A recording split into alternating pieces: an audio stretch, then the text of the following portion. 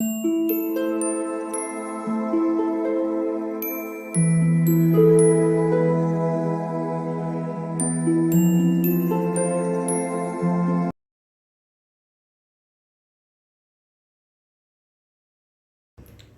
All of you, welcome back to my channel. मैं आज आप लोगों के लिए लेकर आ चुकी हूँ एक कलेक्टिव रीडिंग जिसका टॉपिक रहने वाला है कि आपको क्या बदलाव करना चाहिए। ओके, यानी आपको अपने जीवन में, अपनी लाइफ में क्या बदलाव करने की आवश्यकता है। ओके, तो आपको क्या बदलाव लाना चाहिए अपने अंदर, या आपको अपने अंदर क्या बदलाव करना चाहिए, हम ये जानने की कोशिश करेंगे। ये रीडिंग जनरल है, तो हो सकता है कि आपके साथ रेजोनेट करे या ना करे। आपको ओपन माइंडेड होकर ये रीडिंग सुननी है। यह रीडिंग सभी ज़ोडिएक साइंस के लिए है, हर उम्र के व्यक्ति के लिए है और टाइमलेस है। यानी जब भी आप इसे देख रहे हैं यह आपसे तभी रेजोनेट करेगी। ओके, अगर आप ड्रीम टैरो चैनल पर पहली बार आए हैं और आपने अब तक सब्सक्राइब नहीं किया है तो मैं आपसे रिक्वेस्ट करना चाहूँगी, सब्सक्राइब ज़रूर करें और बेल आइकन को प्रेस करना ना भूलें, क्योंकि अगर आप बेल आइकन को प्रेस करेंगे तो जब भी मैं कोई वीडियो लेकर आऊँगी सबसे पहले वो आप तक पहुँचेगा। ओके, इस बात का ज़रूर ध्यान रखें व्यूअर्स कि मैं पर्सनल रीडिंग प्रोवाइड नहीं करती हूँ। तो अगर कमेंट बॉक्स में कोई मेरे नाम से या मेरे चैनल के नाम से भी आपको कोई व्हाट्सएप नंबर या मोबाइल नंबर देता है तो उसका विश्वास ना करें, वो एक फ्रॉड है, स्कैम है, क्योंकि मैं पर्सनल रीडिंग प्रोवाइड नहीं करती और ना ही मैंने कोई कॉन्टैक्ट डिटेल प्रोवाइड किया है। ओके, आइए चलिए देखते हैं यहाँ पे व्यूअर्स कि आपको क्या बदलाव करने की आवश्यकता है। Okay, let's start. Spirits please guide us, divine please guide. तो पहला कार्ड है new moon in Leo.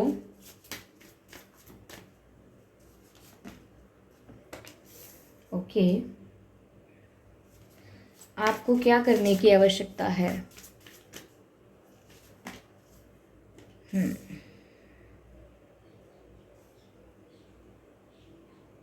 Okay, I hope ये सभी कार्ड्स आपको प्रॉपरली विजिबल हैं। ओके व्यूअर्स, ऐसा लगता है यहाँ पर पहली चीज़, पहला मैसेज जो आपके लिए है वो ये है कि शायद आप किसी चीज़ को इम्पॉसिबल समझ रहे हैं या कुछ ऐसा समझ रहे हैं जो अपनी लाइफ में आप परमानेंट समझते हैं कि ये तो मेरी लाइफ में रहेगा ही, चाहे वो दुख के बारे में हो चाहे वो जीवन के सुख के बारे में हो। आप ऐसा सोच रहे हैं कि ये मेरी लाइफ में चीज़ जो है ये फिक्स है, ये परमानेंट है और कुछ और बदले ना बदले ये चीज़ मेरी लाइफ में ऐसी ही है। या फिर आपको पता तो है कि ये बदलेगा लेकिन आप उसको सबकॉन्शियसली एक्सेप्ट नहीं करते हैं। तो ये किसी परिस्थिति को लेकर हो सकता है, ये आपकी खुद की चॉइसेस को लेकर हो सकता है, आपके साथ जो लोग हैं उनको लेकर भी ये हो सकता है कि सिचुएशंस चेंज होंगी। ओके, और आप उनके लिए अगर प्रिपेयर नहीं हुए या आपने अपने मन को, अपनी सिचुएशन को या अपने आप को फ्लेक्सिबल नहीं रखा, okay, in terms of accepting the change, you will face problems, you will invite troubles in your life, which means कि अगर आप चेंज के लिए तैयार नहीं हैं और आपको काफ़ी ऐसा लगता है काफ़ी हद तक कि ये सब तो रहेगा ही, ये सब तो है ही, तो वो आपको अपना नज़रिया उस चीज़ को लेकर, अपना जो आपका ओपिनियन है ये आपको बदलना होगा, क्योंकि कुछ भी परमानेंट नहीं है। पहले तो आपको ये एक्सेप्ट करना होगा। अगर हमारी खुद की लाइफ परमानेंट नहीं है तो बिलीव कीजिए और कुछ भी परमानेंट नहीं है। ये यूनिवर्स परमानेंट है और या तो फिर कुछ भी परमानेंट नहीं है। ऐसा लगता है कि आप किसी पर्सन को लेकर अटैच हैं, किसी सिचुएशन को लेकर अटैच हैं, कुछ तो ऐसा है जो आपको लगता है कि ये तो होकर ही रहेगा या फिर ये कभी हो नहीं सकता। दोनों ही सिचुएशंस ऐसी हैं जिसमें आपका जो फिक्स माइंडसेट है वो नज़र आ रहा है। जैसे कि अगर आपने ये सोच लिया है कि ये बिल्कुल नहीं हो सकता, तो इसमें भी आप अपने माइंडसेट को फिक्स कर रहे हैं कि ये हो ही नहीं सकता, फिक्स हो गया। और दूसरी तरफ ये है कि अगर आप सोच रहे हैं कि ये चीज़ कभी आपसे दूर नहीं होगी, ये हमेशा ऐसा ही रहेगा, तो वो भी फिक्स नहीं हो सकता। देखिए, समय की बहुत खूबसूरत बात ये है कि वो सदैव एक जैसा नहीं रहता, और समय एक जैसा नहीं रहता का अर्थ यही है कि आपकी परिस्थिति भी सदैव एक जैसी नहीं रहती। तो समय के साथ परिस्थिति में परिवर्तन आता है और वह परिवर्तन आपको स्वीकारना होता है। अगर आप उस परिवर्तन को नहीं स्वीकारेंगे तो वो आपके लिए समस्या बनेगा, आपकी आपकी ग्रोथ में समस्या बनेगा, आपकी डेवलपमेंट में प्रॉब्लम होगी आपको। और अगर आप चेंज को एक्सेप्ट नहीं करते हैं तो वही इंसान सफ़र करता है जो चेंज को एक्सेप्ट नहीं करता। प्रकृति अपने आप को बदल देती है, सिचुएशन अपने आप को बदल देती है, लेकिन जो एक्सेप्ट नहीं करता वो सफ़र करता है। तो यहाँ पर आपको अपने भीतर यह बदलाव बदलाव बदलाव करने की ज़रूरत है। यह बदलाव करने की ज़रूरत है कि आप चेंज के लिए ज़्यादा एक्सेप्टिंग हो जाएं। ओके, होता है, ओके, कोई बड़ी प्रॉब्लम नहीं है।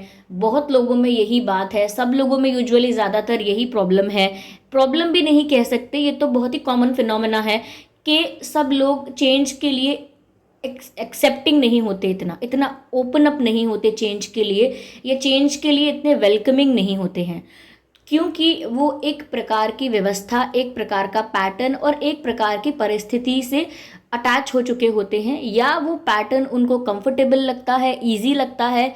ओके, जो भी कोई भी कारण हो, लेकिन उनका एक ही तरीके में, एक ही पैटर्न में चलना उनके लिए उनकी आदत बन जाता है, उनके लिए उनका संस्कार बन जाता है।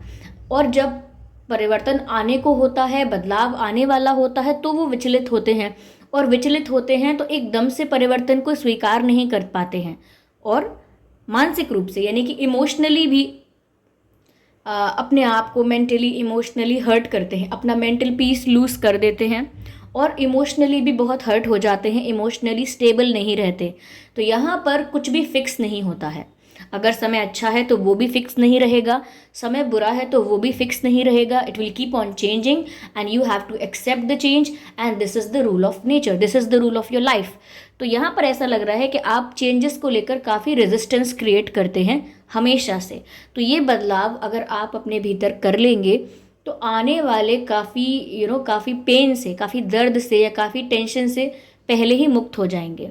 ऐसी सफरिंग जो आपको आगे फेस करनी पड़ेगी उससे आप पहले ही फ्री हो जाएंगे। क्यों? क्योंकि आप चेंज के लिए एक्सेप्टिंग वाइब में आ जाएंगे, एक्सेप्टिंग एनर्जी में आ जाएंगे, चेंज को वेलकम करना स्टार्ट करेंगे, रेजिस्ट नहीं करेंगे। ओके, क्योंकि चेंज है जो कांस्टेंट है। ओके, अगर कोई चीज़ है कांस्टेंट तो वो चेंज है। तो कुछ भी फिक्स नहीं है, सिर्फ अगर कांस्टेंट कुछ लाइफ में है तो वो चेंज है, वो टाइम है, वो चेंज होता रहता है। ओके, तो यहाँ पर ऐसा है, तो आपको भी थोड़ा ओपन अप होना पड़ेगा चेंजेस के लिए, रेजिस्टेंस क्रिएट ना करें। अगर आपके जीवन में बदलाव आ रहे हैं या आ सकते हैं, आएंगे, तो उनके लिए आप प्रिपेयर रहें और कभी भी रेजिस्टेंस ना क्रिएट करें, ठीक है। और इस बात को एक्सेप्ट करके चलें कि सब हमेशा एक जैसे नहीं रहते, सभी परिस्थिति हमेशा एक जैसी नहीं रहती, और आप भी हमेशा एक जैसे नहीं रहेंगे। इसीलिए सब कुछ बदलेगा और वो आपको स्वीकारना चाहिए। तो ये बदलाव कीजिए, थोड़े फ्लेक्सिबल हो जाइए अपने माइंडसेट में, अपने थॉट प्रोसेस में, और बदलाव को रिस्पेक्ट करना, ऑनर करना सीख लीजिए। ये आपको आगे आपके लिए फ़ायदेमंद रहेगा, आपके लिए लाभदायक होगा। ओके, यहाँ पर ऐसा लगता है कॉन्फिडेंस की बात हो रही है। ऐसा लगता है व्यूअर्स कि आप में प्रतिभा तो बहुत है, प्रतिभा है, आप में क्षमता भी है, आप केपेबल भी हैं, और दृढ़ निश्चय भी है आपके पास, और आप डेडिकेटेड भी हैं, हार्ड वर्किंग भी हैं। आपके अंदर इन गुणों की कमी नहीं है। जो गुण चाहिए आपको अपनी लाइफ में सक्सेस अचीव करने के लिए या अपने गोल्स को अचीव करने के लिए, जिन गुणों की आवश्यकता और जिस परिश्रम की आवश्यकता है, वो आप में बिल्कुल भी कमी नहीं है उस चीज़ की, वो आप में अच्छे से है। ओके, रिक्वायर्ड जितना है उतना है आप में वो। लेकिन यहाँ पर ऐसा लगता है कि आप किस वजह से अगर फेलियर फेस कर सकते हैं तो किस वजह से कर सकते हैं? लैक ऑफ कॉन्फिडेंस, आत्मविश्वास। ओके, कहने के लिए हम ये शब्द कितनी बार सुनते हैं दिन में, या कितने लोगों से सुनते हैं इस शब्द को, आत्मविश्वास, confidence, confidence this, confidence that, confidence हो तो ये कर सकते हैं, कॉन्फिडेंस नहीं है तो ये नहीं है, वो नहीं है। तो कॉन्फिडेंस आत्मविश्वास है। अब आत्मविश्वास शब्द को ही आप देख लीजिए, आत्मविश्वास ये खुद पर विश्वास, अपने ऊपर विश्वास, ओके, अपनी आत्मा पे विश्वास। किस प्रकार का विश्वास, किस प्रकार के विश्वास की यहाँ बात हो रही है कि जो आप कार्य कर रहे हैं वो सही है, आप क्यों कर रहे हैं उसका कारण आप जानते हैं, और उसका क्या आउटकम होगा उसके लिए आप प्रिपेयर हैं, सज्ज हैं। तो इसका मतलब क्या है कि आप यहाँ पर विश्वास रख रहे हैं अपने कर्म पर, अपने एक्शन पर, ओके।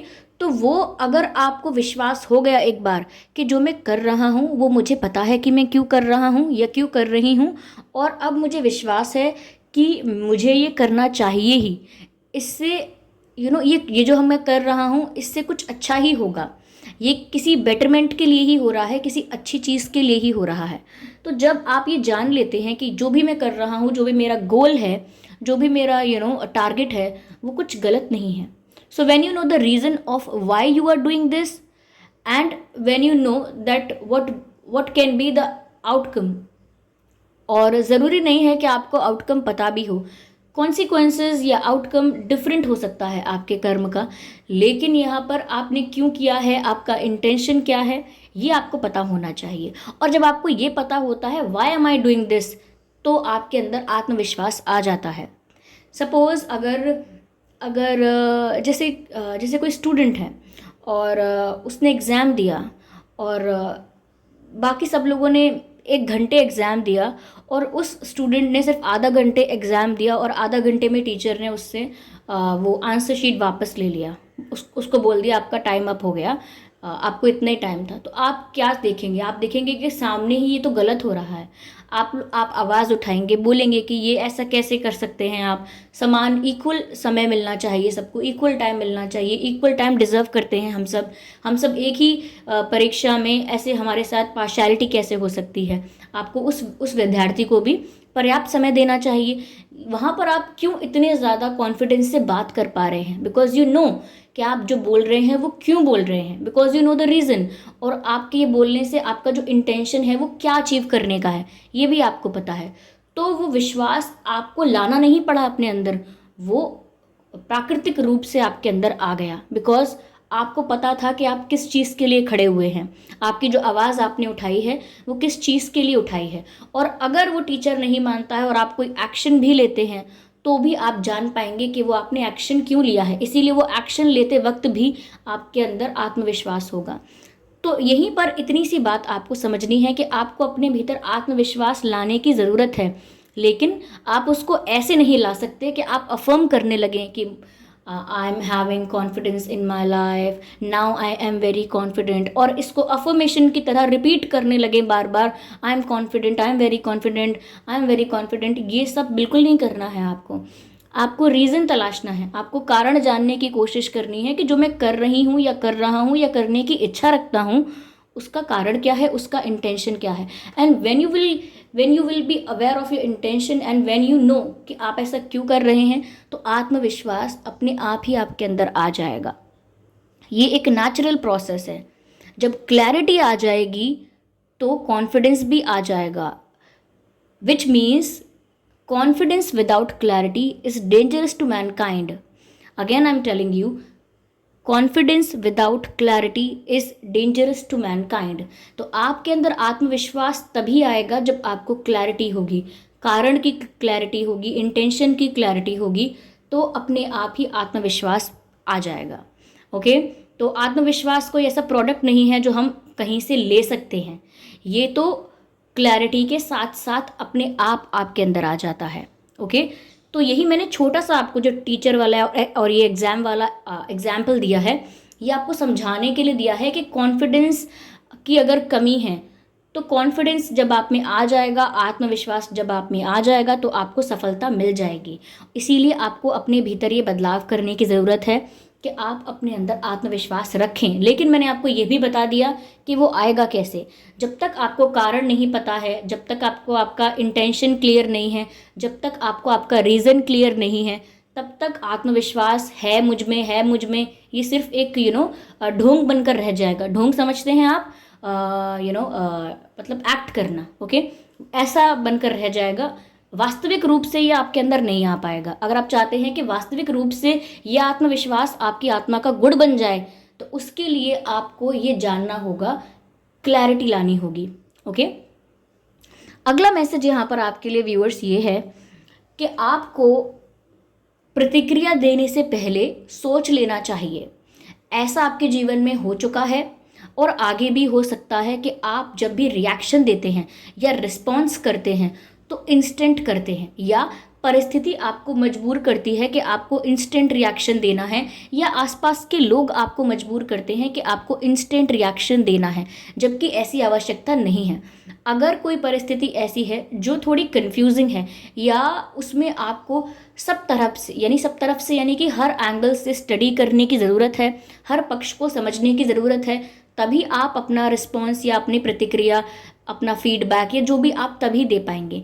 तो अगर आपसे कोई कहता है अभी डिसीजन लीजिए, अभी बताइए सही या गलत, अभी बताइए कि आप साथ हैं या नहीं, अभी बताइए राइट है या रॉन्ग, तो आप समय लेकर बताइए, कोई जल्दी नहीं है। जो आपको विवश करता है, जो आपको मजबूर कर रहा है, क्या उसकी बात सुनना ज़्यादा इम्पॉर्टेंट है, या आपको पहले क्लैरिटी आ जाए या पहले आप समझ जाएं परिस्थिति को, वो ज़्यादा ज़रूरी है। कुछ गलत डिसीजन लेने से अच्छा है कि आप समय लेके डिसीजन लें। तो लाइफ में ऐसा हो सकता है कि कोई ऐसी सिचुएशन आ जाए जहाँ पर आपको डिसीजन लेना हो, या कुछ ऐसा एक्शन लेना हो, या कुछ ऐसा आंसर देना हो, कुछ ऐसा रिस्पॉन्स देना हो जिसमें आपका समय लेना ही अच्छा रहेगा। आप टाइम लेकर सोच समझकर हर एंगल से सिचुएशन को समझ के एनालाइज करके फिर अगर कोई जवाब देंगे, फिर अगर कोई रिस्पॉन्स देंगे तो वो अच्छा रहेगा। अगर जल्दबाजी में जल्दबाजी में, हड़बड़ाहट में आपने जल्दी में कुछ भी रिएक्शन या कुछ भी रिस्पॉन्स देने की कोशिश की, just to show and just to make sure कि सबको लगे कि आप कितने क्विक डिसीजन मेकर हैं, आप कितना जल्दी से डिसीजन ले लेते हैं, आपको तो 1 मिनट भी नहीं लगा। ये प्रशंसा लेने के लिए ऐसा मत कीजिएगा कि आप जल्दी में कोई डिसीजन ले लें या जल्दबाजी में कोई प्रॉमिस कर दें। देखिए, ये बहुत सारी चीज़ों को इंक्लूड करता है, कोई डिसीजन लेना, किसी को कोई प्रॉमिस करना, कोई एक्शन लेना, किसी को कोई आंसर देना, किसी को कोई जजमेंट सुना देना, किसी चीज़ को सही या गलत बता देना। इन चीज़ों को बताते समय आपको पहले समझ लेना होगा कि आप क्या बोल रहे हैं, क्योंकि आगे जाकर आपके ही शब्द आपके अगेंस्ट आ जाएंगे। जैसे कभी हम किसी को प्रॉमिस कर देते हैं और फिर हमें लगता है कि हमें नहीं करना चाहिए था। किस गुस्से में किसी को हम कुछ बोल देते हैं, वो हमारा क्या होता है, इम्पल्सिव रिएक्शन। हमारा वो रिएक्शन जो निकला पहला, वो गुस्से में हमने कुछ बोल दिया, लेकिन बाद में हमें क्या लगता है कि हमें नहीं कहना चाहिए था। तो इसका मतलब ये है कि जल्दबाजी मत कीजिए, समय लेकर सोच समझकर फिर रिस्पॉन्स दीजिए। तो take time to breathe, nothing is yet set in stone and confidence is your key to success. ये सभी मैसेज मैंने आपको प्रॉपरली एक्सप्लेन करके बताए हैं कि आपको इन क्षेत्रों में बदलाव करने की आवश्यकता है। ठीक है, चलिए यहाँ पर आगे मैं देखती हूँ कि आपके लिए और क्या गाइडेंस है।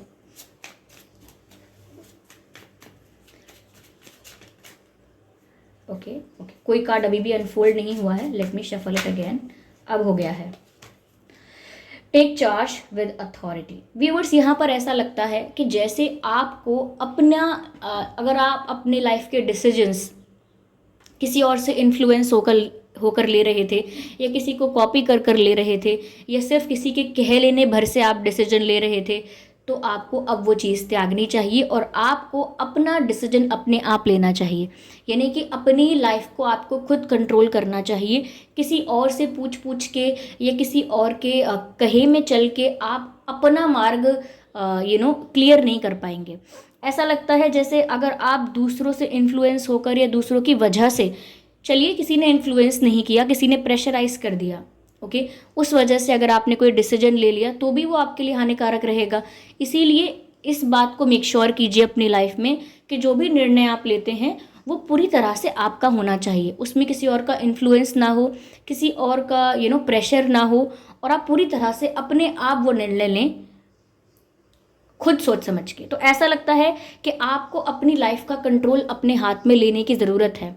हो सकता है कि कोई और आपको ज़्यादा समझाने की, इन्फ्लुएंस करने की, गाइड करने की कोशिश करता है, तो आपको थोड़ा वहाँ डिस्टेंस मेंटेन करके अपने लिए अपने आप सोचना शुरू करना चाहिए। तो यानी कि अपनी लाइफ का जो चार्ज है वो अपने हाथ में लीजिए, आपकी लाइफ का जो कंट्रोल है वो अपने हाथ में लीजिए। जैसे कि आपकी एक कार है, लेकिन यू हैव द ड्राइवर और आप उस कार को ड्राइव नहीं करते हैं, you are just sitting in the car, लेकिन अब आपको स्टेयरिंग व्हील अपने हाथ में लेना चाहिए, बिकॉज अब ऐसा ना हो कि आपका जो कंट्रोल है ड्राइवर के ऊपर से वो हट जाए, आपका विश्वास जो है ड्राइवर के ऊपर से वो ख़त्म हो जाए, और फिर आपको नहीं पता कि वो आपको किस दिशा में ले जा रहा है। तो इसीलिए आपको कंट्रोल अपने हाथ में लेना चाहिए। दूसरों की बातों को उतना ही सुने जितना आवश्यक है, लेकिन निर्णय जो होता है वो किसी और की बातों को आधार समझ के मत लीजिए, किसी और की बातों पर आधारित निर्णय मत लीजिए। खुद समस्या को समझने की कोशिश कीजिए और फिर निर्णय लीजिए। Set your sights higher. अगर कुछ अचीव करना ही है, अगर कोई विजन है तो विजन बड़ा रखिए। जैसे कि अगर जब हम सेल्फिश होते हैं तो हम क्या सोचते हैं कि मुझे ये मिल जाए, मुझे वो मिल जाए, और एक्सेट्रा एक्सेट्रा। ओके, एक दूसरे प्रकार का सेल्फिश व्यक्ति भी हम देखते हैं जो कहता है कि मुझे ये मिल जाए और मेरे बच्चों को ये मिल जाए, मेरे हस्बैंड को ये मिल जाए, मेरी वाइफ को ये मिल जाए। एक ये भी है, सिर्फ मेरा हम लोगों का हो जाए, सिर्फ हमारे परिवार का उद्धार हो जाए, सिर्फ हमारी फैमिली को भगवान सुखी रखें, परमेश्वर परमात्मा जो है वो हमारी परिवार को सुखी रखे, हमारे परिवार के ऊपर कोई समस्या ना आए। लेकिन भूल जाते हैं कि समस्त संसार आपका परिवार ही तो है। आप जो मांग रहे हैं वो सबके लिए क्यों नहीं मांग सकते? मांगने में क्या प्रॉब्लम है? जब मांग ही रहे हैं, कोई डिफ़िकल्ट प्रोसेस या प्रोसीजर तो फॉलो करना नहीं है, तो फिर सबके लिए क्यों नहीं मांगते? ये जो आपकी इच्छा है ये थोड़े से लोगों में सिमट के कैसे रह जाती है? ये जो आपकी प्रार्थना है ये सिर्फ थोड़े से लोगों में सिमट के कैसे रह जाती है? अगर आपके पास मांगने की शक्ति है तो फिर आप सबके लिए मांग लीजिए। तो यहाँ पर ऐसा लगता है कि जब आप कुछ करने ही वाले हैं तो आप बड़ा कीजिए। ओके, अगर आप ये कहने वाले हैं कि मुझे कुछ दीजिए परमात्मा, मेरे परिवार को कुछ दीजिए, तो फिर आप वही सुख और वही संपत्ति और वही वही आशीर्वाद आप सबके लिए मांगिए कि ये सुख मुझे दीजिए और समस्त संसार को ये सुख दीजिए। अगर मुझे पीड़ा से कष्ट से मुक्त कीजिए तो समस्त संसार को पीड़ा से कष्ट से मुक्त कीजिए। तो आपको अगर सेल्फिश बनना है ना तो बड़े लेवल पे बनिए।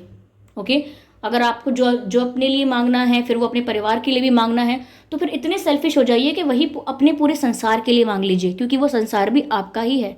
ये यूनिवर्स आप ही हैं और आप ही ये यूनिवर्स हैं, ये सब कुछ एक ही है। ठीक है, तो तो दूसरे तरह से आपको समझ में आए कि जो भी आप करने वाले हैं उसका जो इंटेंशन जो है आपका अच्छा है, ठीक है, लेकिन जो विजन है, विजन बड़ा होना चाहिए। आप जो अचीव करने वाले हैं, जो गोल आपका है वो बड़ा होना चाहिए, ऐसा है। तो छोटी छोटी चीज़ों में सिमट कर मत रहिए, छोटी परेशानियाँ, छोटे छोटे सुख, इसमें सिमट कर मत रहिए। कुछ अगर सपना देखना है तो बड़ा देखिए, कुछ कर दिखाना है तो कुछ बड़ा कीजिए जिसमें सबकी भलाई इन्वॉल्व हो। बड़ा मतलब जिसमें सबकी भलाई इन्वॉल्व हो, जिसमें ज़्यादा से ज़्यादा लोगों का हित छुपा हो। ओके, ऐसा कुछ कीजिए, क्योंकि आप में कैपेबिलिटी है, आप में स्ट्रेंथ है। मैंने आपसे ऑलरेडी कहा कि आप में सभी गुण हैं सफलता को पाने के, इसीलिए आप कर सकते हैं। आपसे व्यर्थ की अपेक्षा नहीं है, आप कर सकते हैं। Okay okay, wait for the important information. Viewers, आपको आपकी ड्रीम्स के थ्रू, आपको आपकी इंट्यूशन के थ्रू, या आपको एंजल नंबर्स दिखते होंगे 11 11 222 555 777, आपको एंजल नंबर्स दिखते होंगे। तो एंजल नंबर्स के थ्रू, इंट्यूशन के थ्रू, ड्रीम्स के थ्रू, कुछ यूनिक एक्सपीरियंसेस के थ्रू आपको कोई इंपॉर्टेंट इन्फॉर्मेशन मिलने वाली है, वैल्यूएबल इन्फॉर्मेशन, कोई ऐसी इन्फॉर्मेशन जिससे आपका नॉलेज बढ़ेगा, आपका ज्ञान बढ़ेगा और आपकी विजडम बढ़ेगी। और जब आपकी विजडम बढ़ जाएगी, ओके, आपका ज्ञान बढ़ जाएगा, तो आप बहुत सारी ऐसी चीज़ें हैं जो आपके सामने हैं लेकिन आप उन्हें समझ नहीं पाते हैं, क्योंकि वो पर्सपेक्टिव अभी नहीं है आपके पास, वो नज़रिया अभी आपके पास नहीं है उस सिचुएशन को उस तरह देखने का। जैसे कभी हमें कोई टीचर समझाता है कि अगर ऐसा ना करें ऐसा कर ले तो, और फिर हम कहते हैं कि अरे ऐसे तो मैंने सोचा ही नहीं, इस तरह से तो मैंने सोचा ही नहीं, आपने कैसे सोच लिया? क्योंकि हमारे पास अभी वो नज़रिया ही नहीं है। तो हमको वो नॉलेज या वो विजडम मिलेगी, कुछ गाइडेंस मिलेगी, लेकिन वो आपको आपकी इंट्यूशन के थ्रू, क्योंकि जब डिवाइन स्पिरिट्स आपको गाइड करेंगे तो आपकी अंतर्मन से ही आवाज़ आएगी। ध्यान लगाना किसे कहते हैं? अपने अंदर झांकना। ओके, तो आपके अंतर्मन से ही आवाज़ आएगी, आपके जो गार्जियन एंजल्स हैं वो आपको गाइड करेंगे, तो वो आपको ऐसे जैसे आपको कुछ कुछ ऐसे स्पिरिट एनिमल्स दिख सकते हैं, एंजल नंबर्स दिख सकते हैं, या आपके सपने में आप अलग अलग डायमेंशंस में ट्रैवल करते हो तो उसके थ्रू आपको कुछ आंसर्स मिल सकते हैं। तो आप अटेंटिव रहें, अवेयर रहें और कॉन्शियस रहें। ओके, तो ये थी रीडिंग व्यूअर्स कि आपको क्या बदलाव करने की आवश्यकता है। आई होप ये रीडिंग आपके लिए हेल्पफुल रही है। अगर इस रीडिंग ने आपको 1% भी गाइड किया हो तो आप कमेंट करके ज़रूर बताएं। वीडियो को लाइक करना बिल्कुल ना भूलें, सब्सक्राइब करें ड्रीम टैरो चैनल को और बन जाएं ड्रीम टैरो फैमिली का हिस्सा। बेल आइकन को ज़रूर प्रेस करें ताकि जब भी मैं कोई वीडियो लेकर आऊँ सबसे पहले वो आप तक पहुँचे। इस बात का ज़रूर ध्यान रखें कि मैं पर्सनल रीडिंग प्रोवाइड नहीं करती, तो अगर कमेंट बॉक्स में कोई मेरे नाम से या मेरे चैनल के नाम से आपको कोई व्हाट्सएप नंबर, मोबाइल नंबर या कॉन्टैक्ट डिटेल प्रोवाइड करता है तो उसका विश्वास ना करें, वो एक फ्रॉड है, स्कैम है, क्योंकि मैं पर्सनल रीडिंग प्रोवाइड नहीं करती और ना ही मैंने कोई कॉन्टैक्ट डिटेल प्रोवाइड किया है। ओके, चलिए फिर मिलते हैं अगली रीडिंग में। तब तक के लिए bye bye family, bye bye angels, love you all, bye bye. Thank you for giving me your precious time. Bye bye family.